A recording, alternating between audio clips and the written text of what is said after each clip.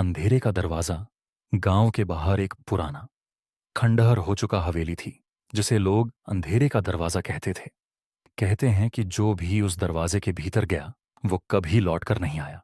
लेकिन सत्येंद्र, गांव का सबसे साहसी लड़का, इन कहानियों को झूठ मानता था।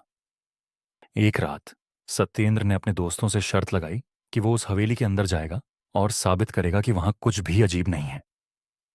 चांदनी रात थी। हवेली काले बादलों के बीच डरावनी लग रही थी। सत्येंद्र के हाथ में एक लालटेन थी। वह अकेला दरवाजे के पास पहुंचा। दरवाजा अपने आप खुल गया, जैसे उसे आमंत्रण दे रहा हो। अंदर घुसते ही हवा ठंडी हो गई और एक अजीब सी फुसफुसाहट सुनाई देने लगी। हवेली के अंदर चारों ओर धूल और मकड़ी के जाले थे। अचानक उसे एक दर्पण दिखाई दिया। दर्पण में उसकी परछाई थी, लेकिन वह परछाई उसकी हरकतों को नहीं दोहरा रही थी। वह डर से कांप गया। कौन है यहां? सत्येंद्र ने चिल्लाते हुए पूछा।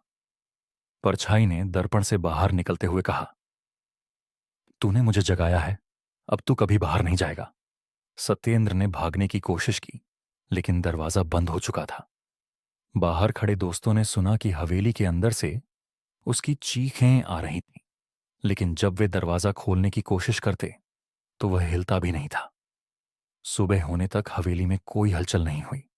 जब गांव वाले वहां पहुंचे तो हवेली पूरी तरह से खाली थी। सत्येंद्र का कोई नामो निशान नहीं था, लेकिन दर्पण में उसकी तस्वीर हमेशा के लिए कैद हो गई थी।